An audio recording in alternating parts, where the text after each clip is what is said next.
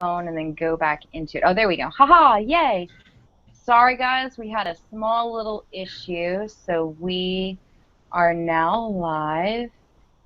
So today we've got Holly. How do you pronounce your last name? I know I always mess it up. It's Schindler. It's just like the movie. Just Schindler. Okay. So we've got Holly Schindler today. Here's the two books. These will be out for grabs. They are both signed.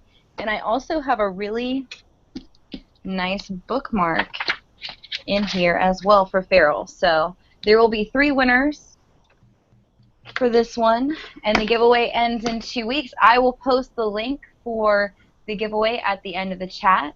If you would like to ask questions, you can click the little square thingies. I think there's like 9 little squares to switch between the showcase that I don't use and the Q&A. You can ask there. You can ask on YouTube. You can ask on Google+. You can ask on Facebook or Twitter. If you have a question that you need to ask, you can track us down, post it wherever we will find it. I will find it so you can ask. All right, so we will just get on with this right now. So I will bring Holly up, and you can tell us a little bit about yourself and your books, and I will start it on the questions. Great. I am an author of books for all ages. I started my publishing career in 2010 with a YA called The Blue So Dark. It's a contemporary YA about a young girl who is dealing with a mother who is schizophrenic and sinking into the darkness of her mental illness. It's also about a girl who is afraid that her creativity, her artistic creativity, is going to lead to her own, is going to bring about mental illness in herself, just as it has in her mother, who's also an artist. In 2011, I released Playing Hurt, which is a YA romance between 2 former athletes. And this past year was a busy year, 2014. I released my first MG, The Junction of Sunshine and Lucky, which is a contemporary MG about a young girl who becomes a folk artist along with the help of her grandfather. And also in 2014, I released my third YA, Farrell, which is a psychological thriller. In 2015, I became a hybrid author. I'm now releasing books on the independent platform as well as the traditional platform. In 2015, I released my first independent book called Fifth Avenue Fidos, which it's a real genre bender. That's the cool thing about independent publishing. You know, we've moved past the point at which the line between traditional publishing and independent publishing is the line between what is good and what is bad. Now, you know, what is independently being released, especially by hybrid authors, are books that are genre benders that just plain don't fit the traditional marketplace. And my first release, Fifth Avenue Fidos, definitely does that. It is a romantic comedy. It is also a, general adult humor piece. It is about it's a satirical look at modern relationships. To add, confusion to trying to find a traditional marketplace for it. Fifth Avenue Fidos features a 19-year-old protagonist, which might be applicable to new adult. It also features a pretty non-traditional hero in terms of, what is published by traditional publishers for romance novels. He's not a alpha male. He is shy, he's awkward, but he is fantastic. He's intelligent and he's great. So Fidos, it is not a traditional. It's not a traditional romance novel. It's not a traditional new adult novel. Where I'm finding that it fits right now is with the women's fiction market. So my first release, Fidos, is a piece of comedic women's fiction.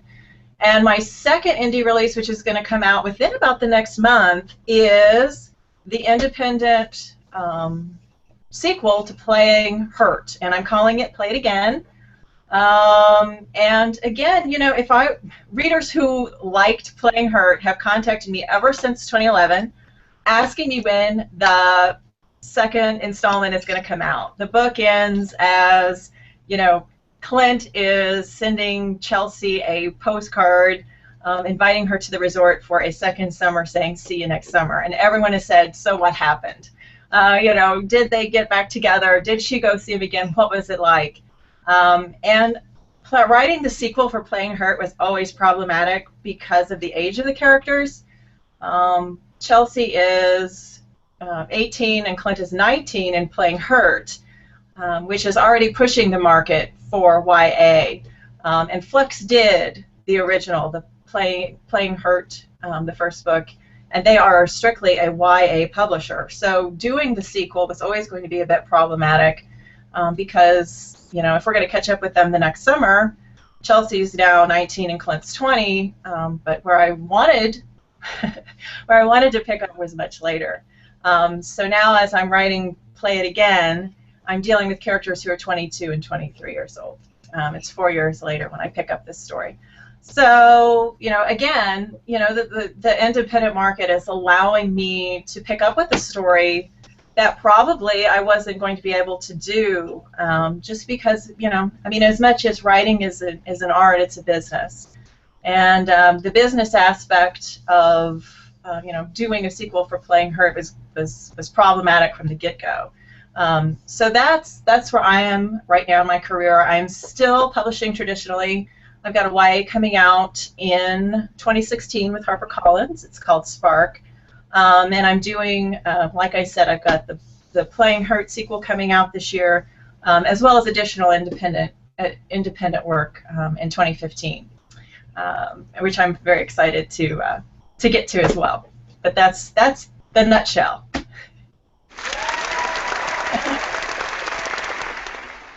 I always like using that thing. I never get a chance to use it. Oopsie. Okay, so then let's see here. The first question is, if all your main characters met up, what do you think they would talk about? Oh my gosh, they're so diverse. It's so hard to say. You know, to a great extent, art is a subject in so many of my books. You know, Augie, the folk artist from the Junction, and Aura, the artist in A Blue So Dark, would definitely have some art discussions. And I think, you know, Chelsea's into her sports. You know, Chelsea and Clint are both former athletes, and I think they would have a great time talking to Mabel and Jason, who are the main characters in Fido's. Fido's features a show dog, or, you know, the confirmation show world plot as well. Mabel and Jason bring Jason's first attempt at breeding Innis, the Pekingese, to Westminster. So there's a sports element there. And Claire and Farrell is dealing with PTSD. And I think that there's a mental illness factor that links her and Aura in A Blue So Dark, since Aura's got a schizophrenic mother. So there's different, you know, there are definite threads that run through my books. But I think you'd almost have to, like, group them into small subgroups. I don't think everybody would be able to find the same interests from all of the books. The next question is, what is your writing style? My writing style, I have traditionally it's been a more lyrical style. As for, you know, A Blue So Dark definitely had a lyrical bend to it, as did I think probably the next most lyrical book was probably The Junction. Augie spoke in pretty frequent metaphors and similes. I find myself, as I go along, becoming more interested in the story itself than I am in necessarily how it's told. I find that my readers are far more interested, too, in what actually happens than how it's told. When I was young and I was in school especially, my interest was always in how did an author pull this together? What were, not just necessarily who the characters were and what their journey was, but how an author got it on the page. And I think that for the most part, readers are far more interested in the characters themselves and their journey and what happens of a novel. I think they want to get sucked into what the plot development is. They want to take that journey with the characters. They want that, what's going to happen feeling out of a book. And I love that as well. And I find myself more often drifting toward that writing style too. I'm looking at, like I said, the what happens of a novel. That is becoming far more important to me than the lyrical writing, which is not to say that the lyrical writing isn't there, especially in this book that I'm working on now, the Play It Again, the Playing Hurt sequel, Play It Again. I'm interested in maintaining, you write a fine line when you write a sequel. It's a definite new muscle. I've never written a sequel before, and you want everyone who loved the original book to find this book familiar, but you want them to find this book fresh as well. You don't want to completely rehash what happened in the old book.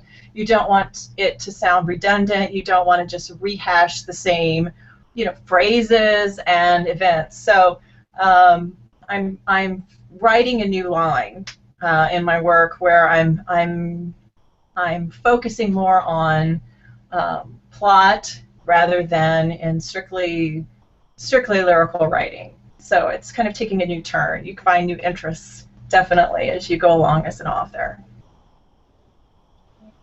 The next question is, in A Blue So Dark, what made you use schizophrenia? In schizophrenia, in Blue So Dark, I was really interested in the connection between mental illness and creativity. More than even mental illness, my interest was in creativity. I think the creative process is really fascinating.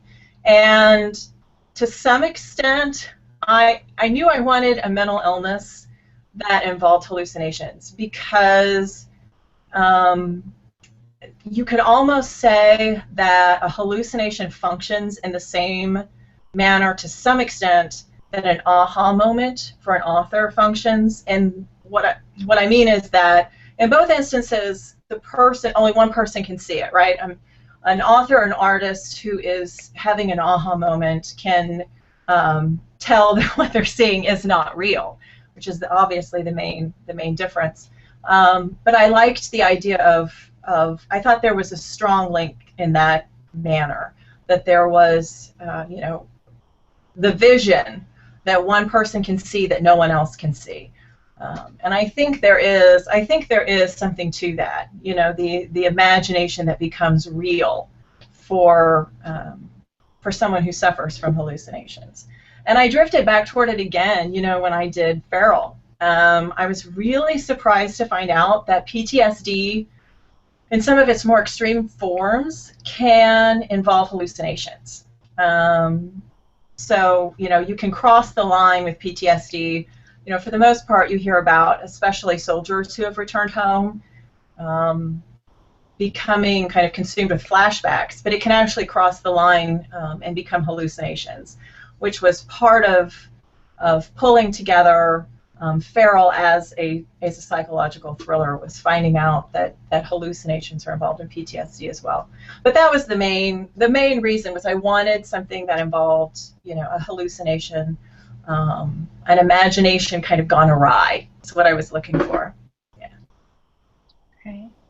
The next question is, what is a book that you've loved this year that we should read? Oh my gosh. Let's see. I've been kind of reading a lot of indie works. I've been kind of drifting toward that. I also just read The Improbable Theory of Anna and Zach by Brian Ketcher. I think what's so fantastic about Brian Ketcher is his sense of humor. As I get older, I'm finding myself drifting more and more toward books that feature humor. I think nothing really shows who a person is quite like their sense of humor. What I think a person finds funny is oftentimes a real glimpse into who that person is.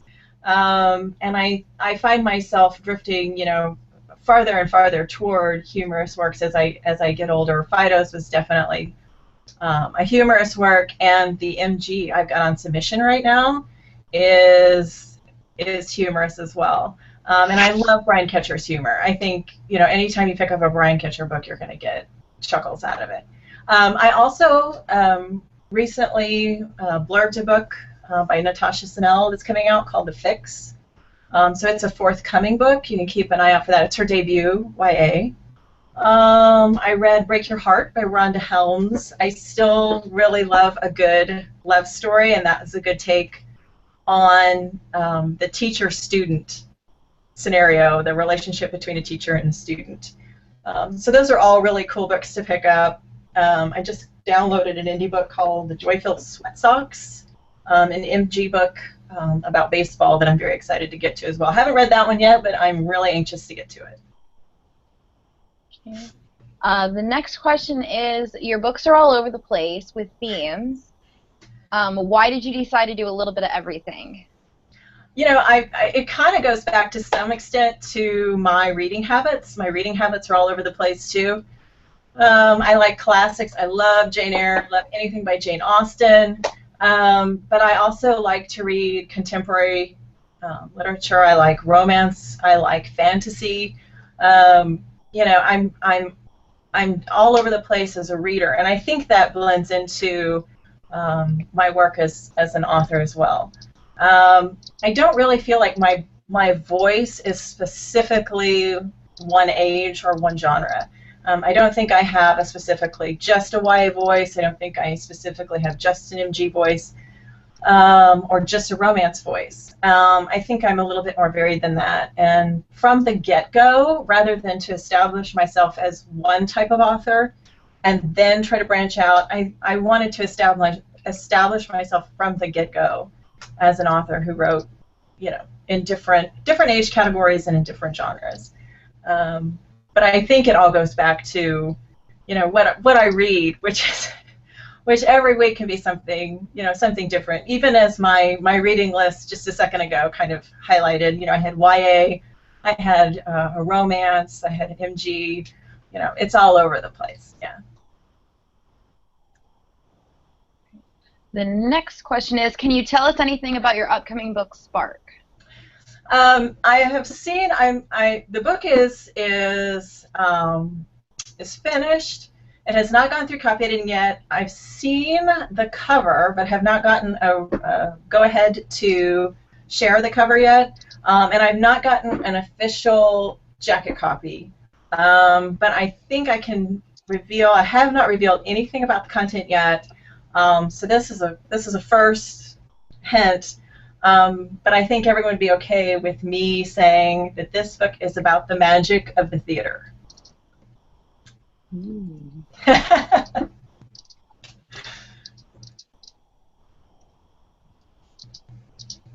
next question is, out of all the books that you've done so far, which one has been your favorite to do? Oh man, I have different favorites for different reasons. I think A Blue So Dark will always have a special place because it was the first one. And in that respect too, I have a real special place in my heart for Fifth Avenue Fido's because it's my first indie. And I love, Fido's actually is a book that has been with me for a long time. I originally drafted that book about 10 years ago. Around the same time I got my Pekingese Jake. I spent a long time in between getting my master's degree and the first yes working on my writing. I devoted myself as a full-time author in 2001 and devoted myself fully to getting my writing career off the ground and signed my first contract in 2009. So it was a long road between, deciding I was going to give it my all and getting that first yes. And about 2 years in, I got Jake. I was getting, as we all do, the rejections were pouring in, and, I think I needed to get out of my head and stop, obsessing about the rejections and think about somebody else. So I got Jake, came into my life. I always say Jake is from the breeder and I'm the rescue dog. And shortly after I got him, I wrote this book about two people who fell in love by first bonding with a dog. And I've had this book forever. And, like I said, the birth of hybrid authors, the rise of independent publishing as a viable method of publishing finally allowed me to get this book, which never fit perfectly in any traditional publishing slot, out in the world. And I was so glad to get that book out because it had been so, it came from a special place. It came from, the love of my own dog, and it allowed me to finally get this work that was so important to me out. So that's that's also a really special book to me. The Junction of Sunshine and Lucky, that character, Augie, the main character, I think is the sweetest character, by far I've written to date. And I don't know that I don't know that I'll ever top Augie in terms of sweetness. I love her outlook. I love her positivity. I love her metaphorical view of the world. She never sees the world as it is. She sees it as it can be. And I love that about her. She's got to be my favorite character that I've ever written. So I sort of have a soft spot for that book for that reason. So I sort of love them all for different reasons. But definitely, anytime you branch out in a new way or you start something new, like A Blue So Dark or Fifth Avenue with the independent work, I think that has for sure a special meaning to you. Yeah. Okay. The next question is, when will Play It Again be out and released, and will it be ebook and print or just ebook? And I love all your books, and I own every single one of them. Well, thank you, whoever that is. That's fantastic. Thank you. It's always cool to hear, when people, go with you through so many different genres and subgenres. That always feels really good to me. So thank you. But Play It Again, I am, I can tell you, I've been all the way through the book. I've got it down. And I'm working on now kind of solidifying some of the last chapters, and then I'm going to go through and flesh it out. And by fleshing it out, what I mean, to me, writing a book is like drawing a picture. You don't start a picture on the left side of your sketch pad and draw it perfectly from the left side over to the right.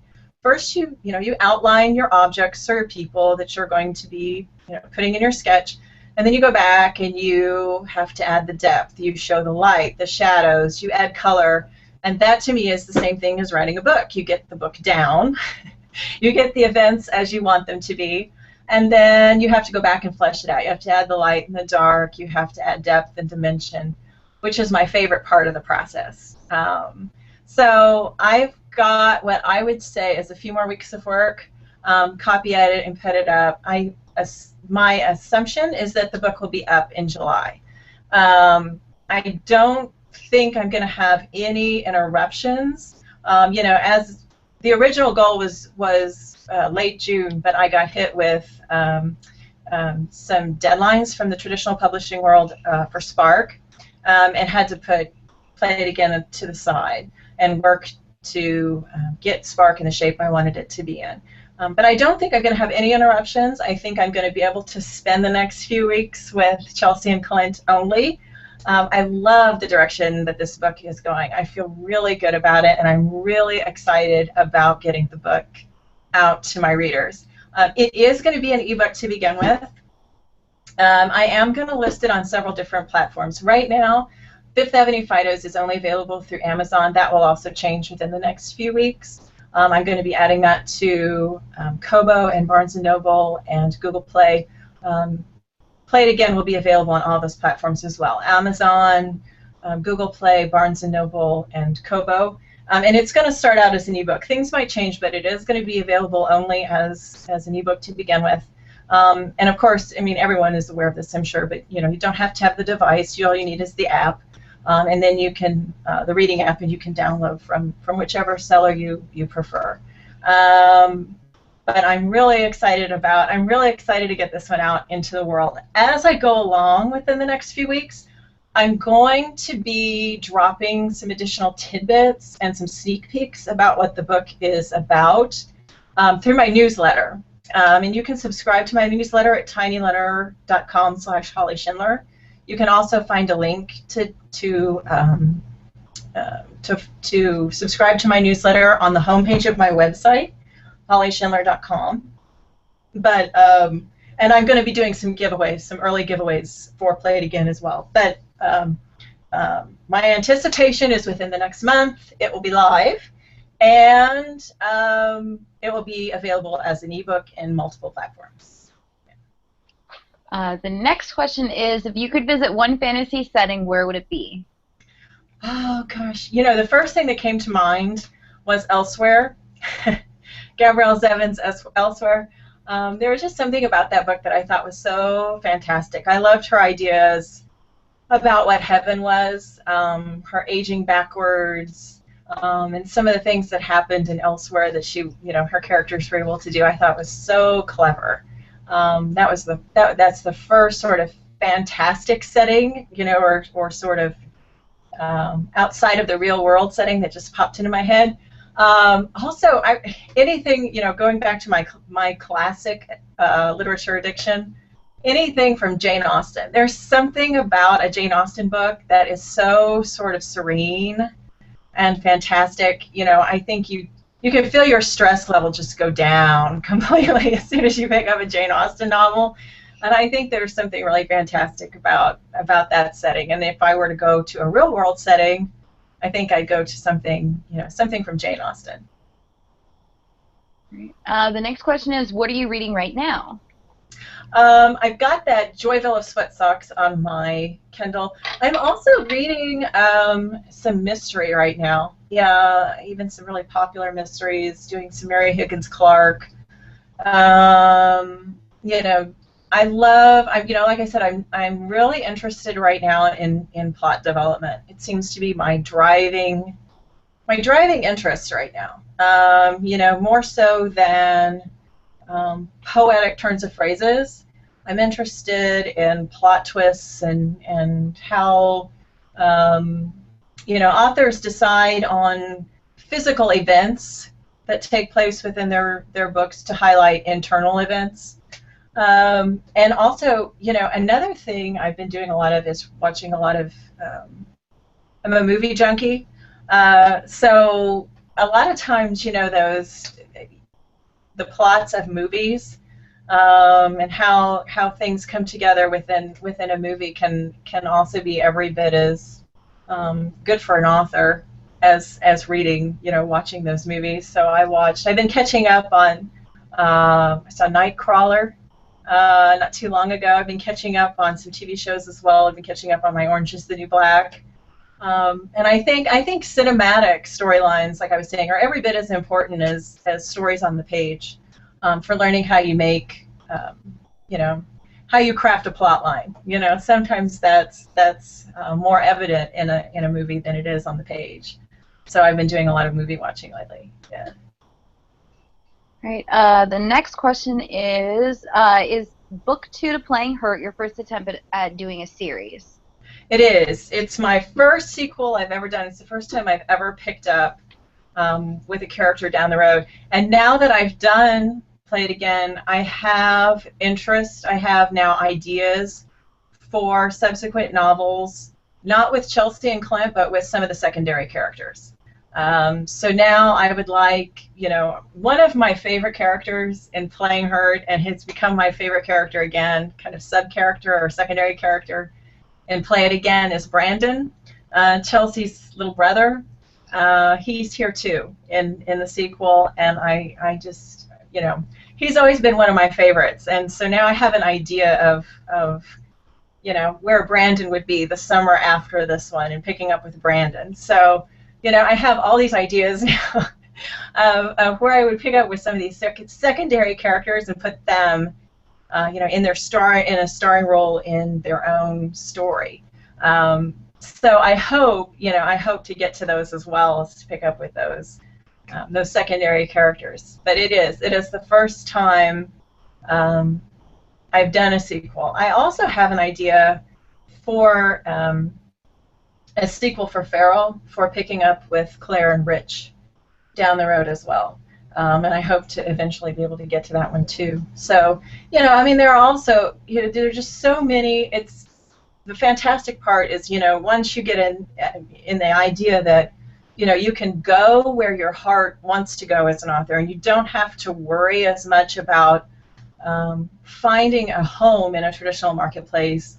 The possibilities of where you can let your work go just absolutely open up, and that's the most exciting part of going indie is, the possibilities are endless. It's wherever I want, wherever my heart is telling me, I need to be, whatever project is calling to me the hardest, that's where I can devote my attention. So. That was actually the next question, if we were ever going to get a book to Feral. So that works. Yeah. Let's see. How long does it take you to normally write a book? That's another cool part about indie work as well. I'm a pretty quick writer. I'm not as fast as some of purely independent authors who say they some of those independent authors are putting out like 9 books a year. I'm not quite that fast, but I'm definitely quicker than a book a year, which is what I had been putting out. I got to do 1 in 2010, 1 in 2011, and then I had this lag time of 2 years not getting a book out at all. And in 2015, if I were to rely only on traditional publishing, I wouldn't have a book out this year either. And my hope is to have 3, maybe 4 out by the end of the year. I would say it's kind of hard to say for sure, because inevitably I get into a book I'm drafting, and then I get a deadline from the traditional publishing world. I get a month into a project, I'm really going great guns, and then rewrites are due. And usually you have about a month or so to turn in the rewrites for a novel in the traditional publishing world. And I always have to put the work in progress aside. One thing I've learned about myself, and I think for anyone who's getting started writing, the best advice I can give you as far as process is to know who you are and to do what works for you. I am not a multiple project at one time girl. I have tried over and over and over to juggle writing 2 projects at once, giving, and I know people who can do this, who can give a book that's under deadline 80% of their time during the day, and then do 20% either in the evening or in the morning to a work in progress that they're trying to get drafted. I admire that so much. I just can't do it. I'm pretty good. I've learned how to take the work in progress, put where my, give myself some notes, where I am with it, where I was going to go, and then put that manuscript aside, work on the book now that I have deadlines for, and then, be able to go back to the work in progress after I meet the deadline. I'm much better at that. I'm just I'm a one book at a time kind of writer. I really can't divide my attention. If I divide my thoughts, both projects tend to suffer. So I have to give my full attention to one project at a time. I just have to. As much as I wish it were another way, I have to do it that way. So I would say I can usually draft a book. Again, it depends on what kind of book it is. Obviously, a middle grade book I can draft much quicker than an adult novel because of the length. But I can usually draft a book in a month's time and then go back and start, like I said, fleshing it out and revising and within another month. So usually about 2 months' time. But inevitably, like I said, that's just the life of an author. I don't think any author would tell you it's ever any different. Even if an author is completely traditionally published, you always have to be working on the next book. You can't ever just sit idle. So you sell a book, you're working on the next work in progress, and then the deadline comes for rewrites for the book that you've sold, and you have to either figure out how you're going to juggle the 2 projects or put your work in progress aside and just get to the deadline book. But as far as I'm concerned, what works for me also is daily writing. I find that daily writing keeps me in the rhythm. There's a certain rhythm to a project, and when I'm working on it every single day, I don't ever lose it. If I take time off, several days off, then I suddenly don't remember the rhythm of the project in the right way.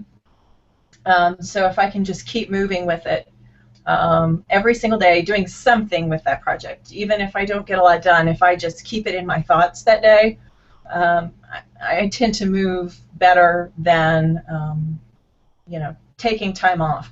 But I know other authors who are the exact opposite, who say daily writing wears them out, and they make much better progress if they write 3 to 4 days a week. So it's knowing who you are as a person, and it's knowing what works for you and taking ownership of it, and just doing what is best for you. You can't ever. It's easy, especially when you're plugged into social media, to see all these other authors doing different things and to think, maybe I'm missing out on something. Maybe there's something better out there, but you just gotta do what works for you. Whatever that is. If that's writing outside, or listening to show tunes while you work, or listening to the TV, or being surrounded by people, or being alone. All of those things, whatever it is that feeds your creativity, that allows you to work the best, you've just got to own up to it and do that. Yeah. Let's see. The next question is, what do you like writing more, adult, teen, or middle grade? Oh gosh, I like I like them all for different reasons. YA is enjoyable because you get so many firsts in YA. You get characters who are dating for the first time, who are driving for the first time, who are sort of navigating the adult world in a way they never had before. And it's cool to be able to live through all of those firsts again. MG is a sweet time of life, that 8 to 12, where it seems like it can sometimes be the most imaginative time, and that is a fun time of life to revisit as well. And then adult is just sort of, it's cool in adult work sometimes to be able to say things that you can't with a younger narrator. There were certain observations in the fairy tale sections of Fifth Avenue Fidos that I was able to say that I can't when my narrator is 15 years old. They haven't had certain experiences yet. They haven't had certain realizations yet, and I can't, I can't say those things within the realm of YA, even though they're dealing with the same subjects. YA character is dealing with, money and sex and relationships. Anything an adult deals with, a teen deals with as well. But for the first time, and they don't have the same frame of reference, and they don't have the same observations that a 15-year-old and a 25-year-old have. Two different sets of observations often about the same situation. Also within adult work, sometimes it's fun to finally be able to reference, pop culture items that you grew up with. Sometimes in YA, you see a connection. You see a connection with a pop culture reference that you could work into your storyline, but then you suddenly realize, the person who's going to read this book was, 6 months old when this item of pop culture was really popular. So you have to get it out. But so that's fun too, being able to explore your own pop culture references in adult work, to say things you wouldn't be able to say in YA. So they're all fun for different reasons. Yeah. Right. The next question is that you stated that the length for middle grade versus teen and adult are different. How are they different? So they get increasingly longer, right? A middle grade, some of my work anymore tends to run a little long. Middle grade, The Junction of Sunshine and Lucky was in the 40,000s. Harry Potter is obviously kind of is not typical. The length of Harry Potter books. my MG was about, let's see, 230 pages, and it was about not quite 45,000 words long. The Junction was. Both of my early YAs, Blue So Dark, I know was right over 60. It's about 62,000. Play It Again was longer. It was about 64, 60, or I'm sorry, Playing Her is about 64, 65. Feral was pretty long. It was in the 70s. That's how fat Feral was. I think it was pretty close. Was it close to? Yeah, it was 400 pages. Feral was. So they get increasingly longer. And an adult book, an adult book usually runs about 400 words. I'm sorry, 400 pages. It is about 100,000 words. So you get increasingly longer. MG is usually 30 to 40 or 45. YA is around 60, maybe longer, and then adult is 100,000. So they get increasingly longer. And, you know, it also differs, again, what platform you're on. Independent work is sometimes shorter, which is to a great extent how some of those self-published authors get out 9, 10 books a year. They're not writing the 100,000 word adult novel a lot of times. It's not always the case, but that can be a factor in why they're getting work out so quickly. Sometimes they're very short. My Fifth Avenue Fidos was 100,000 words, so it's a traditional adult novel. Play It Again, I think, is going to be in the 70-ish range. So it'll be there in between, say, like a traditional YA and a traditional adult book in the length. And my independent work, I'm really just concerned about making sure that the story is as it should be. You know, developing the characters in the proper way, making sure that we go on a great journey without it being, you know, redundant, without it being going off in 100 different directions and be too loaded with description. So I'm more concerned in my independent work that it, you know, that the length be appropriate for the story I'm trying to tell, rather than just be reflective of the age category that it's in. But for the most part, even independent work, I would say for the most part, my independent work will follow that rule of thumb too. That the older the age of the intended audience, the longer the book will probably be. The next question is about Feral. Feral is about some pretty wickedly rotten kittens. Of all the different kind of thrillers and the supernatural books out there, how did the idea to use cats come about? Feral probably went through more reinventions than any other book I've ever written. And I would say I'm also, Feral is also really regional. I'm a Missouri girl. I'm a 6th generation Missourian. I'm in Springfield, Missouri, in the southwest corner of the state, and Springfield is the 3rd largest city in Missouri, but it's also got some real rural areas in it. I grew up on the south side of town, and when I was a little girl, there was a barn and a kind of pseudo farm about 2 blocks away from my house. Still, at the end of the street, there is a huge field marked off by barbed wire, and there's a barn in that field as well at the end of the block. So I'm around, we've got 3 universities here, but we've also got all this rural setting. It's a wild mix. Springfield is of sort of urban and rural at the same time.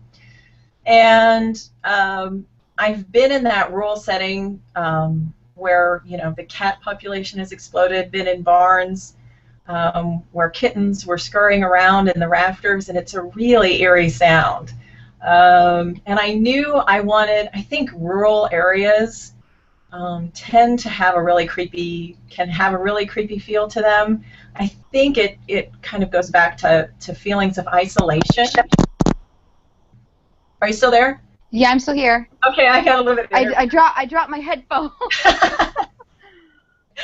but you know, I just have always thought there's a real creep factor involved in rural settings, because I think there's a you know, like I said, an isolation factor, a feeling of being alone and of being kind of vulnerable, really, because there's, you know, there's not a lot of people you can cry out to for help, I guess.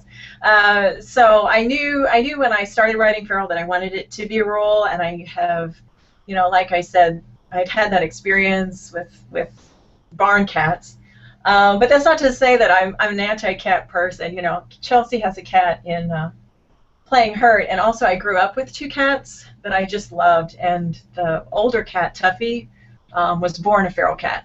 So nothing against cats. I just I just kind of gravitated to that for the creep factor of the book.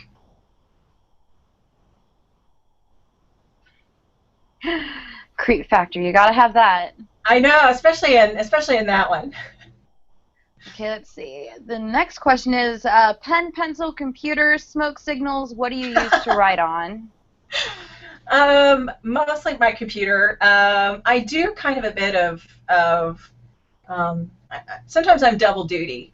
I mentioned this before on our last show, but I had heard Quentin Tarantino once said he writes in pen in a notebook, and he said, you know, he felt like the pen was his antenna to God. He said, you know, you can't write poetry on a computer. And sometimes I do brainstorm in a notebook with a pen. I don't do a lot of brainstorming on a keyboard. Sometimes it's easier for me to let it fly and to really, you know, let myself generate some ideas in a notebook, and then I take those ideas and bring them to the computer.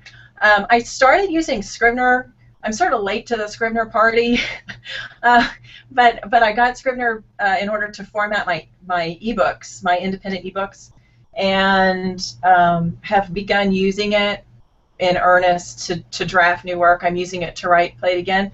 I also used it to do the rewrites, the global rewrites for Spark. I imported the Word document into Scrivener and broke it apart and did my rewrites in Scrivener, and then exported it back out to Word to send it to the publisher.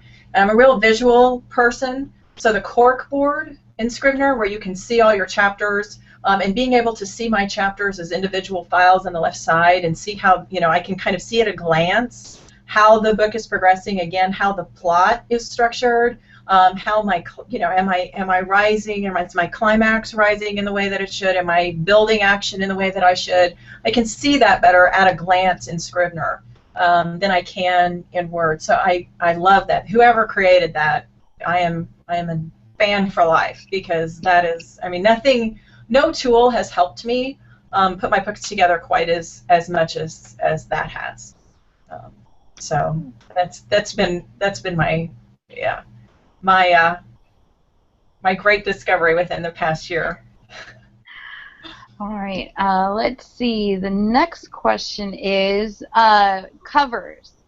For your Playing It Again. How long did it take you to figure out a cover for it? Play It Again was pretty quick. I played with my covers for Fifth Avenue. I started out with one that was silhouette-y. It showed the New York skyline, which is where the book takes place. Had a kind of a guy and girl image. And then I thought that the selling point of Fido's was its humor, like I said. And I thought the cover needed something on it that was funny. That was chuckle-worthy, the cover itself, because I thought that advertised what was inside. So I switched the cover out, and anyone, you know, you can head on over to Amazon. I don't have that physical, you know, that was not a physical copy either. That's an ebook as well.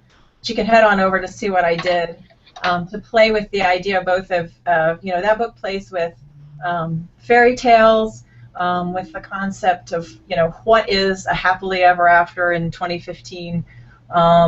And also has to do with dogs and you know, modern day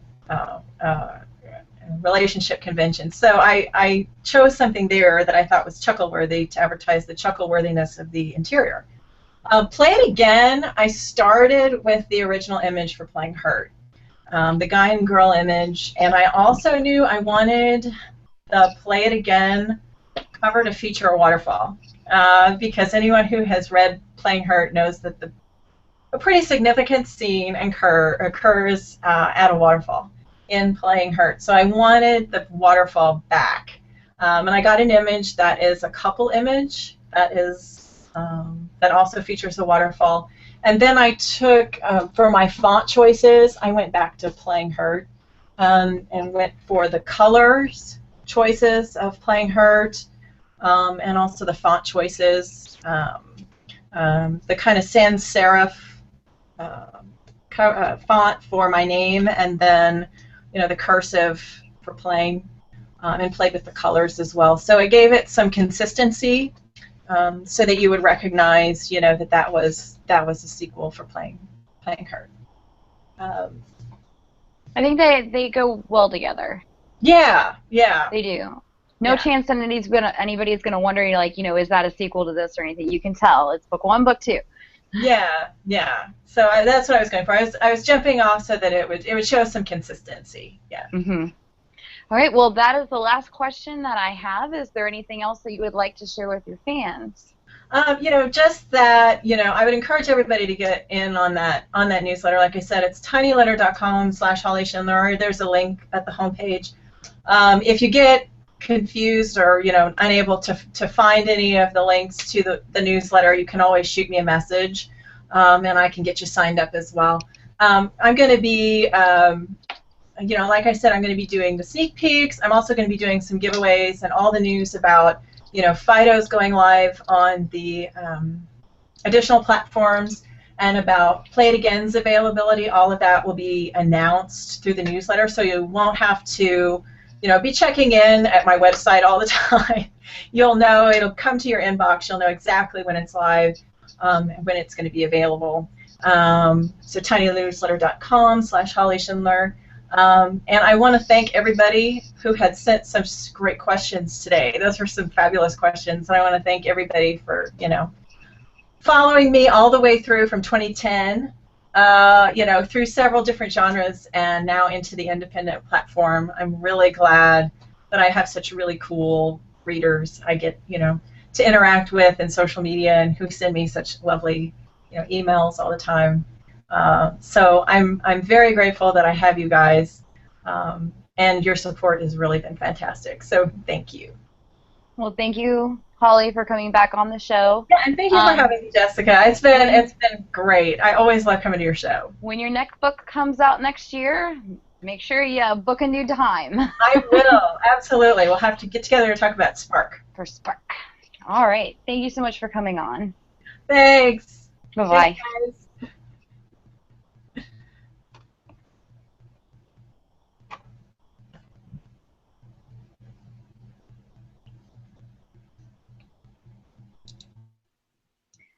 Thank you guys so much for watching the show. Of course, if you're watching this taped, thank you so much for watching it taped as well.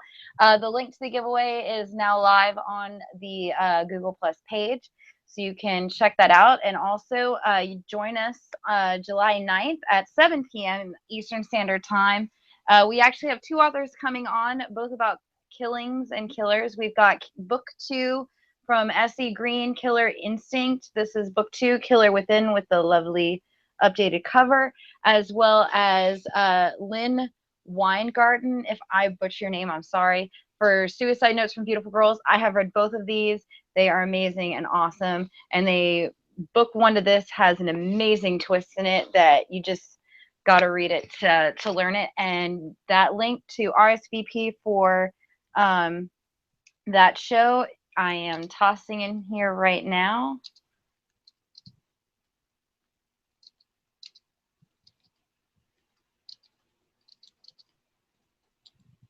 So you can sign up to RSVP to get the messages for that show.